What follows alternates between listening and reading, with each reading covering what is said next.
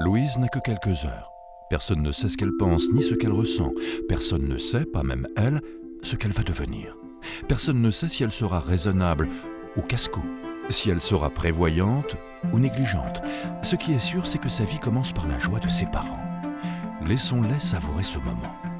Car Louise va bientôt grandir, marcher, se déplacer, bondir, conduire, communiquer, interagir avec les autres et son environnement. Louise va s'exposer.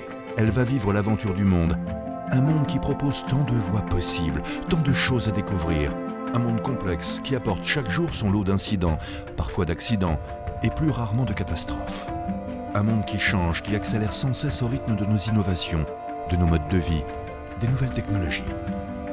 Des progrès qui nous apportent des expériences positives, mais qui nous confrontent à de nouveaux dangers.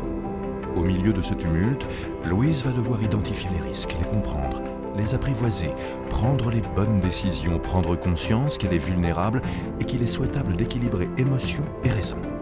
Mais est-elle en mesure d'évaluer tous les risques qu'elle encourt et qu'elle fait potentiellement courir aux autres tous les jours ?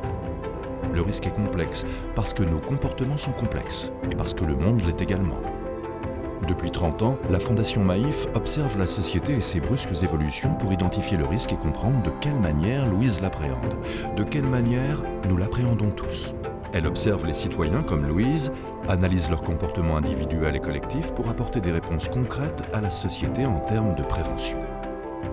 C'est pourquoi depuis 30 ans, la Fondation Maïf finance la recherche pour prévenir les risques, dans des domaines aussi divers que la mobilité sous toutes ses formes, les risques domestiques et de la vie quotidienne, les risques naturels et depuis quelques années les risques liés au digital et aux nouvelles technologies. La Fondation Maïf a ainsi soutenu des programmes de recherche pour mieux évaluer le niveau de protection des casques de 2 roues. Elle s'est intéressée au nudge pour inciter les adolescents à boucler spontanément leur ceinture de sécurité dans les cars scolaires.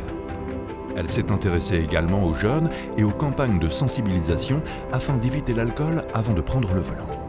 Sous son impulsion, des chercheurs ont mis au point une application qui permet de témoigner et de s'informer en temps réel sur les séismes et les risques de tsunami associés. La Fondation Maïf s'est également penchée sur la protection de Louise, de ses proches, de nous tous sur Internet, en permettant la mise au point d'un boîtier électronique révélateur des flux de données émis par nos objets connectés, de nos PC jusqu'à nos smartphones.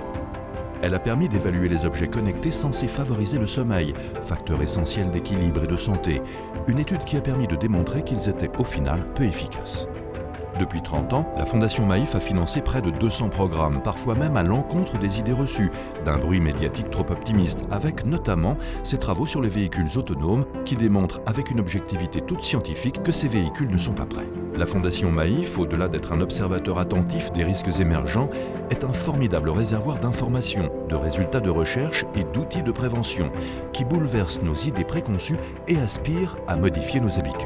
La Fondation Maïf est reconnue d'utilité publique. Elle s'engage à mettre tous les résultats des projets qu'elle finance au service de Louise, de ses proches et de la collectivité tout entière.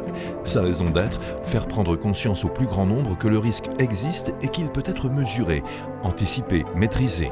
Elle nous alerte sur nos comportements, nous questionne sur nos responsabilités individuelles.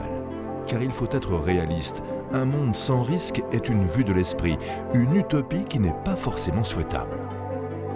Louise ne le sait pas encore, mais ses parents se doivent de le savoir et de le transmettre. Oui, il faut sans doute réenchanter le risque pour progresser et mieux s'en préserver.